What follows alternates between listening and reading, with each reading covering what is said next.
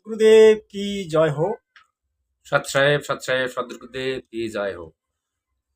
आज मेरे साथ संत रामपाल महाराज जी का एक भगवत इनका इंटरव्यू मैं लेने जा रहा हूँ। इन्होंने संत रामपाल महाराज जी से दीक्षा क्यों लिया और दीक्षा लेने के बाद इनको क्या क्या लाभ मिला, कहाँ का रहने वाला है, इनका नाम क्या है, इनसे आज विस्तार से हम सुनेंगे। और जो भी भगवत भाई, जो भी जगत भाई इस रियल स्टोरी को देखोगे तो आपका राय जरूर कमेंट में दे दीजिएगा, क्योंकि उसी में हमें वीडियो बनाने का मोटिवेशन मिलेगा। तो इनसे मैं पहले ये पूछता हूँ कि आपका नाम क्या है? सतसाहेब, मेरा नाम प्रणय दास। आप कहाँ का रहने वाला हो? मैं बंगाल, वेस्ट बंगाल, कोलकाता का रहने वाला हूँ। तो आपने संत रामपाल महाराज जी के साथ जुड़ चुके हैं? हाँ। आप कौन सी साल में जुड़ चुके हैं? मैं 2022 में साल जुड़ चुका हूँ। तो आपको मैं यही पूछना चाहता हूँ, आप बंगाल का रहने वाला हो, उधर तो चैतन्य महाप्रभु की कीर्तन चलता है और हरे कृष्ण चलता है। आज ऑल इंडिया पे हरे कृष्ण चलता है, जैसे कि अमेरिका, रशिया में भी हरे कृष्ण चलता है। लेकिन आप संत रामपाल महाराज जी से दीक्षा लिया और उस हरे कृष्ण को छोड़ दिया। आप इसके बारे में दो चार बात कहेंगे? सुनिए भगत जी, पहले तो मैं अपना सदगुरुदेव संत रामपाल महाराज का चरण में कोटि कोटि दंडवत प्रणाम करता हूँ। आप जो कह रहा है जे अपना कोलकाता वाली हरे कृष्ण हरे राम राधे श्याम, हम भी ऐसे बहुत किया था, हमारा भी इससे सार नहीं था। हमने आज भी जितना भी भाई लोग है वो हरे कृष्ण राधे कृष्ण ये जो नाम बोलते फिरते है, हम भी बोला करते थे, लेकिन हमने उसको छोड़ दिया। इसका मतलब जो असली भक्ति हरे कृष्ण का, इसका मतलब राम का जो अवतार भगवान विष्णु का अवतार है, तो भाई हम भगवान विष्णु का जो असली मंत्र है ना, वही करना चाहिए। और वही मंत्र हमारा शास्त्रों में भी विद्यमान है। तो संत रामपाल महाराज ने, हमें भी पता नहीं था जो हमको क्या करना चाहिए क्या नहीं करना चाहिए, कौन सा धर्म करना चाहिए। ये मनुष्य शरीर मिलने का बाद तो हमने, हमारा दादाजी, हमारा पिताजी, हमारा पूर्वज वही जो क्रिया करते थे हम भी देखा करते थे। लेकिन ये नहीं सोचा जो हमारा पवित्र ग्रंथ क्या बोल रहा है। पवित्र शास्त्र 6 शास्त्र 18 पुराण 4 वेद, इसमें क्या धर्म का बारे में लिखा है। और मनुष्य शरीर मिलने का बाद ये मनुष्य शरीर किस लिए मिला, क्या करना चाहिए, इसके बारे में जैसे हमारा जो जगत को भाई है, जगत इसको ऐसे कहता है, जब तक कोई भी पुण्य आत्मा हो, जो भी आत्मा हो, सदगुरु का शरण नहीं लिया, उसको जगत का आदमी, जगत का लोग कहते हैं। तो हमने सिर्फ ये नाम भी नहीं लिया, ये नाम लेने का पहली, जैसे हरे कृष्ण राधे कृष्ण हरे राम, मैं एक कथावाचक भी था। जैसे कि गीता पाठ करते थे अपना ग्राम में, अनेक बहुत मतलब भाई लोग हैं जो खोल करताल बाजा वाला लेके जो कीर्तन राधे श्याम श्री राम घूमते फिरते हैं, बोलते फिरते हैं। तो मैं भी उसका ग्रुप में ज्वाइन था, मतलब गीता पाठ करते थे, महाभारत पाठ करते थे, उसी को कथावाचक बोलते थे। तो इसमें सोचने वाली बात है, एक पाठक, एक कथावाचक होकर भी क्यों उसको छोड़ के संत रामपाल महाराज का शरण में आया? अरे क्यों आया? यही मैं आपसे सवाल करना चाहता था, लेकिन आपने बोल रहा भाई लोग, मेरा जितना भी हिंदी भाषाभाषी हो, बांग्ला भाषाभाषी हो, सारा ही मेरा दोस्त हो, बंधु हो, दुश्मन एक भी नहीं हो। मेरा कहने का मतलब यही है, तात्पर्य जो यही है कि भाई हमें जो सद्भक्ति करने का बाद जो फायदा मिला, यही फायदा सबको मिले और सद्भक्ति सबको करना चाहिए। भाई मैं तो पहले जो भक्ति करते थे, जैसे मेरा दादाजी हो, मेरा पूर्वज हो, मेरा पिताजी हो, जो करते थे भाई वो तो मान लो मर चुका है। आज से मान लो 100 साल पहले की बात है। वो तो अनपढ़ गांव था, उसको कोई भी गुरु, नकली गुरु आके ये बात बोल दिया, भाई ये पत्थर पूजो, ये मिट्टी का प्रतिमा बना के दे दिए, इसको पूजो, यही तुम्हारा कल्याण कर देगा, मोक्ष कर देगा। लेकिन गीता जी में जब अपना सदगुरु रामपाल महाराज का प्रवचन सुन के मैंने जो गीता जी को गीता जी में मिलाया, जे भाई देव पूजने वाला देवलोक में जाता है, भूत पूजने वाला भूत लोक में जाता है, भूत बनता है। तो अगर हम देव देवता पूजा इसीलिए करता है जब हमारा मोक्ष हो, हमारा जो शरीर का अंदर जो आत्मा है उसको कल्याण हो जाए, जैसे कि दोबारा 84 लाख जूनी में नहीं आना पड़े, भटकना पड़े। भाई यही तो हमारा मुख्य कारण है ना। जब हमने देखा, गीता में देखा, जो गीता में पहले पाठ करते थे उसी में ही दोबारा देखा जे भाई तुम जिसको मोक्षदायक भक्ति मान के भक्ति कर रहा है, हम कर रहा है, लेकिन वो मोक्षदायक नहीं है। लेकिन जितना भी देवी देवती की पूजा करो, उसको पूजा भाई करने से मोक्ष नहीं होगा, उसका भी प्रतिफल मिलेगा। जो काल भगवान ज्योत स्वरूपी निरंजन स्वर्ग और नरक बना के रखा है, इस जीव को भ्रमित बनाने के लिए स्वर्ग में जाना पड़ेगा देवता पूजा करने का बाद। लेकिन वहां का जो सुख भोग है उसको मिलेगा आपको। मिलने के बाद फिर दोबारा 84 लाख जूनी में काल भगवान ठोक देगा। इसका मतलब बहुत जी आपका मोक्ष नहीं मिलेगा। ठीक है, आपका बात मैंने समझ गया। आपको जिस बारे में सुनिए, इसमें सवाल होना चाहिए।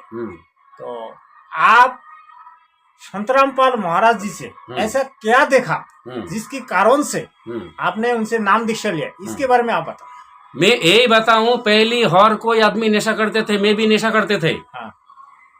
नाम लेने मात्र मेरा नशा उसी दिन ही छूट गया। तो भाई दारू पीने से दारूबाज बोलता है, नशा करने वाला नेशड़ू बोलता है, चोरी करने का चोर बोलता है। तो हमारा एक बार सत नाम लेने से अगर सारा ही बुराई छूट जाए तो हमारा भाई बुराई क्या है? और बाकी बात फायदा वाली जो बात है, अपना मनुष्य शरीर इस आत्मा को क्यों मिला? मोक्ष के लिए मिला ना। तो भाई हमारा हम अगर सद्भक्ति से नाम लिया, सद्भक्ति गुरु का चरण में दंडवत प्रणाम करके सद्भक्ति करे, तो हमारा ये मनुष्य जन्म सफल हो गया। इसका मतलब मनुष्य शरीर तो छोड़ना ही पड़ेगा, सबको छोड़ना पड़ेगा, लेकिन आत्म को कल्याण हो जाएगा, मोक्ष हो जाएगा। अच्छा, ठीक है, इसका भी आपने जवाब दे दिया। लेकिन आपका हाथ में कौन सी ऐसा ग्रंथ हो, संत रामपाल महाराज जी का कौन सी ग्रंथ आपका हाथ में लग गया था पहली बार, ये बताइए। देखिए सर, ग्रंथ तो है, मैं तो खूब ही अभिमानी आदमी था, गीता पाठक था। ये जो भक्ति से भगवान, एक गुरु जी का पुस्तक है, संत रामपाल बारे का मेरे को मालूम नहीं था। हमारा आज मालूम हो रहा है जो हमारा ही जैसे कोई भगवत भाई, भगवतमती बहन एक किताब लेके घूम रहा है। मेरे को पहले ही बोला था, लेकिन उस टाइम मैं अभिमानी था, क्योंकि मैं खुद ही एक गीता पाठक था। कितना ज्ञानी खुद को समझता था। फिर 2 साल बाद वही पुस्तक मेरा पास लेके आए वही भगत जी। मेरे को एक 10-11 साल बच्चा ने बोला, अंकल जी ये पुस्तक लो, इस पेज में, एक पेज में जितना ज्ञान है, ये ज्ञान आपको जिंदगी में नहीं मिलेगा और मिले भी नहीं होगा। 10 रुपया का विनिमय। तो मैंने 10 रुपया से भक्ति से भगवान लिया। लेने के बाद मेरे पास ऑलरेडी श्रीमद् भगवत गीता था, क्योंकि मैं पाठ करते थे। तो उस किताब में जो जो लिखा है, हमने जो ईश रूप में जिसको आज पूजा कर रहा है, अच्छा उसका बारे में जो जो लिखा है, और बोल के इसी इतिमतो लिख दिया जे गीता अध्याय इतना, मंत्र नंबर इतना। भाई देखो, मेरा पास ऑलरेडी गीता था, तो उस टाइम मैंने गीता का जो श्लोक नंबर है, अध्याय नंबर है, मंत्र नंबर है, मैंने मिलाया, मिलन किया। बोले बात तो बराबर की पत्ता की है। तो उस टाइम मेरे को पता चला जे भाई जैसी तैसी हो, मेरे को सद्भक्ति करना चाहिए और मेरे को मोक्ष करना चाहिए, मेरा आत्म को। और बाकी बात, जब तक हम सद्भक्ति करेंगे तब तक इस संसार में, जब तक पूर्ण मुक्ति का जो भक्ति चाहिए, उस भक्ति करने के लिए अगर मेरे को 100 साल 200 साल जिंदा रहना चाहिए, परमात्मा जिंदा रखेगा। अच्छा और जब तक मेरे को रहने के लिए, यहाँ रहने के लिए, भक्ति पूरा करने के लिए, सतलोक जाने के लिए जितना भक्ति करना चाहिए उसको करने के लिए जितना खाना पीना है, सारा ही भगवान जरूरत का हिसाब से मेरे को देगा। तो भाई क्यों भाई मैं सोना चांदी रुपया ये लेके मैं क्या करूं, जब मेरा शरीर भी नहीं जाएगा। चलो ठीक है बाबू जी, इसलिए मैंने नाम लिया। और अगला सवाल है, संत रामपाल महाराज जी का, जैसे कि ज्ञान गंगा पुस्तक है, जीने का राह पुस्तक है, आपने कहा कि भक्ति से भगवान आपका हाथ में लग गया और उसको पढ़ के आपने दीक्षा लिया। तो आज आपने कितना 2022 को नाम लिया? हाँ, 2022 में। तो 2022 ये चल रहा है 26। तो संत रामपाल महाराज जी का जो शिष्य एशियन न्यूज चैनल पे रियल स्ट्रीम में बताता है, उनको बहुत सारे लाभ होता है।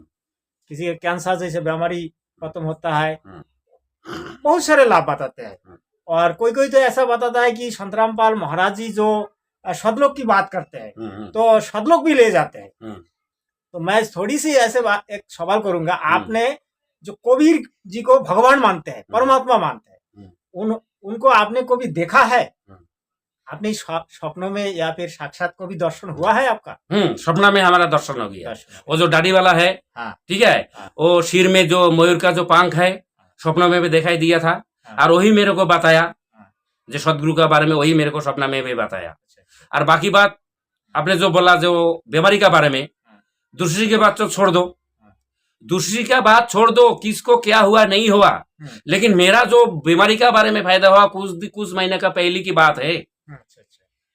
तो भाई भगवान ने बोला जब तक शरीर रहेगा, जे ऐसे ही मेरे को बताया और सबको भी बताता है, जे देखो विधाता काल का भगवान जो विधाता जो किस्मत में लिख देता है वो होगा ही होगा। अच्छा।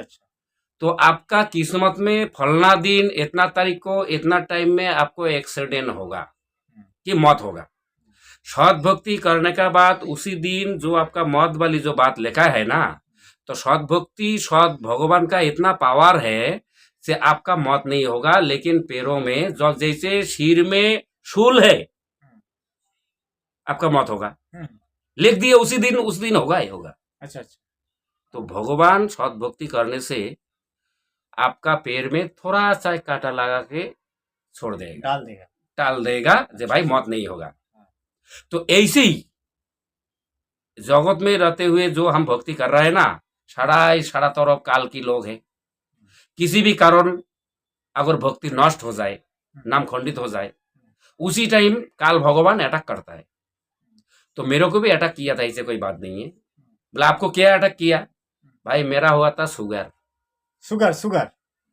से शुगर का पावर 450 के ऊपर, बीपी 200, कोलेस्ट्रॉल, शरीर का अंदर जो खून है ना, खून जाम हो जाता है, शिरा में खून जाम हो जाता है। एक डॉक्टर ने तो बोल दिया भाई जब तक आप जिंदा रहोगे दवाई लेना ही पड़ेगा, एक को भी ठीक नहीं होगा। वाह, मैं भी इतना नॉलेज मेरा भी है, ऐसी कोई बात नहीं है। करे तो करे, क्या करे, हम तो भक्ति कर रहे हैं, सब भक्ति। चलो भाई, इधर उधर दवाई लिया, खूब लिया, बाकी क्या हो गया, जब नाम लेते टाइम सदगुरुदेव जी ने आश्रम से एक पर्ची दिया, उस पर्ची में सतलोक का नंबर है, उसमें आपको जब नाम खंडित हो जाएगा उसी टाइम अगर काल भगवान कोई बीमारी दे, कोई अटैक करे, उस टाइम उस नंबर पे प्रार्थना करो। अच्छा अच्छा।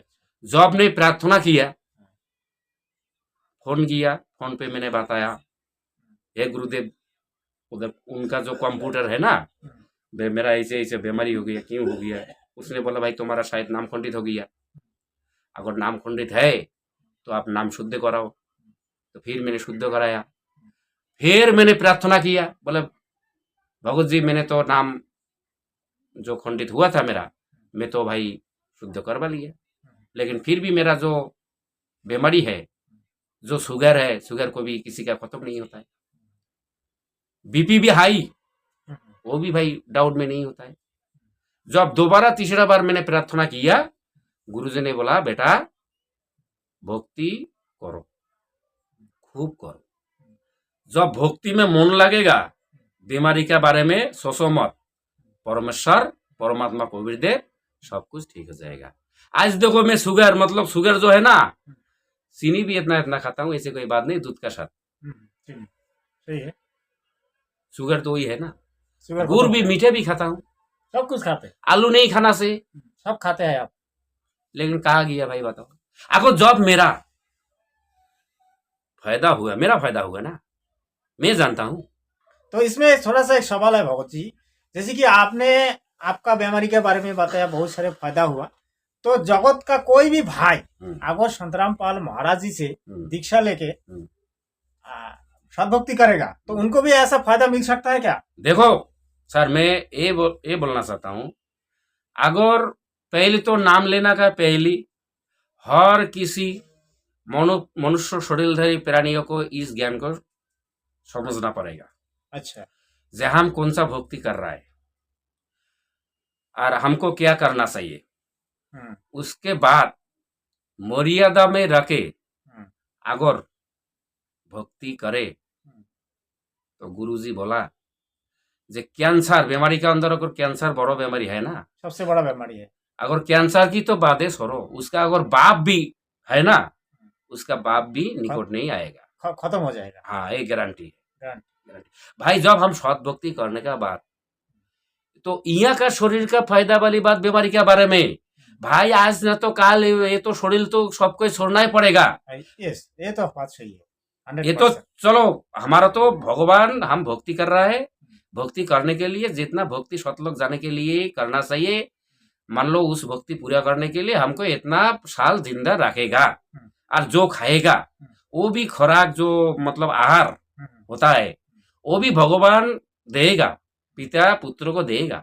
बाकी तुमको भक्ति करने के साथ अगर काल का रहते हुए वालों कोई नाम खंडित हो जाए तो काल अगर अटैक करे, उसका भी पद्धति है, तुमको भाई नंबर दे दिया, तुम प्रार्थना करो, भाई बीमारी भी सही हो जाएगा। फिर एक दिन न एक दिन भक्ति पूरा करने के बाद ये 5 तत्व का शरीर छूटने तो पड़ेगा ना, तो छूटने का बाद इस आत्मा जाएगा कहाँ, कहाँ से आया कहाँ जाएगा, तन समेवा मन कहाँ समाएगा, आखिर तुझको कौन कहेगा, गुरु भी ना तुम ज्ञान, मन नेकी कर ले 2 दिन का मेहमान। भाई शरीर तो छोड़ना पड़ेगा ना, उसके बाद ये आत्मा कहाँ जाएगा? जो सद्भक्ति करेगा वो सत लग जाएगा, इसका मतलब आत्मा को पूर्ण मोक्ष हो जाएगा, दोबारा इस 84 लाख जोनी में आना नहीं पड़ेगा। इसका मतलब जो आपने जो मुक्ति के बारे में बात आपने बताया, इसका मतलब 84 लाख जूनी से जब हमारे मुक्ति मिलेगा, 84 लाख जूनी में हमारे को भ्रमण नहीं करना पड़े, उसी को मुक्ति मिलता है। हाँ, मोक्ष उसी को कहते हैं। अच्छा। जे एक मनुष्य शरीरधारी प्राणी, वही प्राणी इस आत्म को मुक्त कर सकता है। बाकी जितना भी देहोधारी प्राणी देख रहे हो वो नहीं कर पाएगा। अगर इस मनुष्य शरीर मिलने का बाद कोई भी मनुष्य आत्म कल्याण के लिए अगर सद्भक्ति नहीं करे तो दोबारा इस शरीर छूटने का बाद 84 लाख जोनी में जाएगा। कहने का मतलब, तो जब वो दूसरा शरीर में जाएगा, ऐसे को भी मनुष्य शरीर उसको मिलेगा नहीं। और गुरुजी ने यही बताया जे भाई 84 लाख जूनी भ्रमण करने का बाद वही मोक्ष करने के लिए और एक बार मनुष्य शरीर मिलेगा, लेकिन पता नहीं उस टाइम सदगुरु रहे कि ना रहे। ये भी बात सही है। ये भी बात सही है भाई, अगर रहे तो पता चले कि ना चले। अगर वो जन्म भी व्यर्थ हो जाए फिर दोबारा और 84 लाख जूनी में भ्रमण करना पड़ेगा। अच्छा, ये बात मेन मुख्य उद्देश्य मनुष्य को इस आत्म को कल्याण करा, बाकी रहना खाना बीमारी छूटना ये तो आरांगा। जैसे गेहूं का खेती, चावल का खेती आज जो लोग भाग करता है, किस लिए करता है भाई? हमारा गेहूं अच्छा हो, खूब हो, गेहूं के लिए है। तो लेकिन वो जो एक मिनट, वो जो पेड़ होता है ना, पत्ता होता है ना, तुरंत जिसको कहता है, वो अपना आप होता है भाई। तुम अगर सदभक्ति करोगे, मुष्ट लक्ष्य करके सदभक्ति करोगे ना, ये जो पैसा बोलो, बीमारी का जो ठीक होना बोलो, जो भी बोलो, ये ऐसे तुरा जैसे आरंगा में मिलेगा।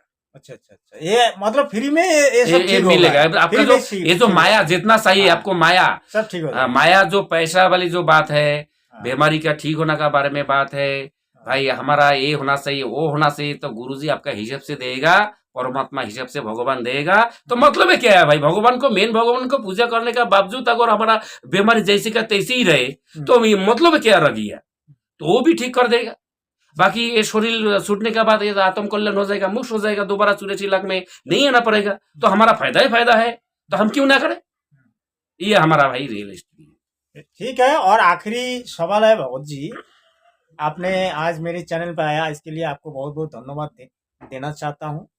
और आखिरी सवाल है मेरा कि संत रामपाल महाराज जी को आज उनकी जितने भी भगत है उनको भगवान मान के पूजा कर रहा है और उनको परमात्मा मानते हैं और उनको कबीर देव के अवतार मानते हैं, तो आप इस बारे में क्या कहेंगे?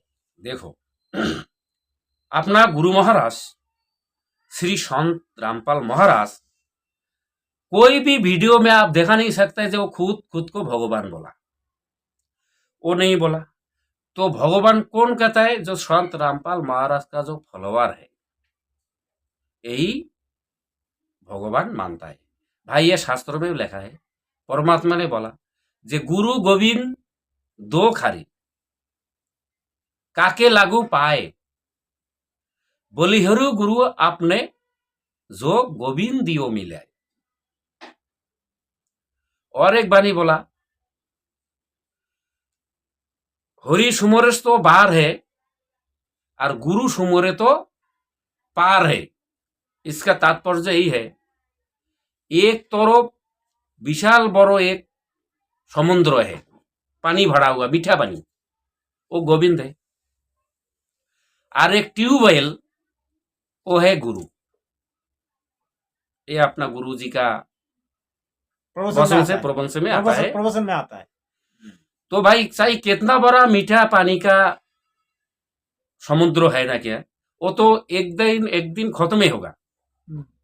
और गुरु का पास जाओगे, वो ट्यूबवेल, वो जॉब पे जाओगे, हैंडपंप मारोगे, वो तो मीठा पानी नीचे से आते ही रहेगा। तो भी परमेश्वर बोला जे गुरु गोविंद दो खारी काके लागू पाए, बोली हरि गुरु अपना जो गोविंद दियो मिलाए। भाई वही साचा गुरु गोविंद को मिली देता है, कहने का मतलब। इसीलिए गुरु को परमेश्वर भगवान रूप में देखना चाहिए। अगर एक तरफ देखे तो भगवान का ऊपर ही गुरु का दर्जा है। इसीलिए संत रामपाल महाराज का जितना भी फॉलोवर है, गुरु को भगवान तुल्य भगवान पूजा करता है। ये बात है। तो आपका रियल स्टोरी आज हमने सुना, और हमारे जितने भी भगवत भाई है, जितने भी जगत भाई है, सभी सुनेंगे। तो मैं आपको आज इस सतलोक वार्ता चैनल पे आने के लिए बहुत बहुत धन्यवाद देता हूँ। आपका भी धन्यवाद, क्योंकि आपका चैनल का माध्यम में मैं अपना गुरु का जो वाणी है और अपना जो जगत भगत जितना भी मनुष्य शरीरधारी प्राणी है, ये संदेश गुरु जी का कृपा में दे रहा हूँ। इसीलिए आपका भी बहुत धन्यवाद है। ठीक है, आज इतना ही है। आगे देखेंगे और ऐसा वीडियो लाने का कोशिश करेंगे। आपका जो भी राय है आप कमेंट में भेजिए। सतगुरुदेव की जय हो। सत श्री बंदी सतगुरु साहब।